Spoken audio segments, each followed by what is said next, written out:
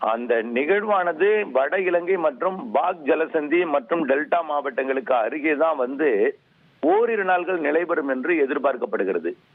இதன் காரணமாக டெல்டா மாவட்டங்கள் மட்டுமல்லாமல் சென்னை, திருவள்ளூர் உள்ளிட்ட வடகடலோரம் மற்றும் தெற்காந்திர பகுதி முதல் மழைப்பொழிவு தொடங்கி படிப்படியாக அனைத்து உள் மாவட்டங்களுக்குமே இப்பொழுது, அதாவது இந்த நிகழ்வு, தற்பொழுது இருக்கக்கூடிய இந்த நிகழ்வு கொடுத்த மழைப்பொழிவை விட அந்த நிகழ்வு மண்டலமாக வரும் என்பதன் காரணமாக டெல்டா மாவட்டங்கள் முதல் வடகடலோரம் வரைக்கும் முதல்ல மழைப்பொழிவை மிக மழைப்பொழிவு எல்லாம் கொடுக்கும்.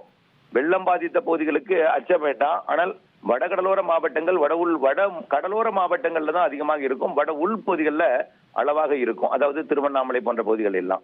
ஆனால் டெல்டா மாவட்டங்களுக்கும் அதற்கு தெற்கே இருக்கக்கூடிய அனைத்து மாவட்டங்களுக்கும் ஒட்டுமொத்தம் கோயம்புத்தூர், நீலகிரி மாவட்டம் வரைக்கும் உள்ள மலைப்பகுதிகள் வரைக்கும் இந்த நிகழ்வு கரை கடந்து செல்லும் பொழுது நிறைய மழைப்பொழிவை கொடுத்து விட்டு செல்லும் என்று எதிர்பார்க்கப்படுகிறது. ஆகவே இது ஒரு 2 நாள்ல நிறைவடைந்து விட்டது இந்த மழை. அது 16ஆம் தேதியிலிருந்து 21ஆம் தேதி வரை அனைத்து மாவட்டங்களுக்கும் நிறைய மழைப்பொழிவை கொடுப்பதற்கு தான் சாதகம் இருக்கிறது.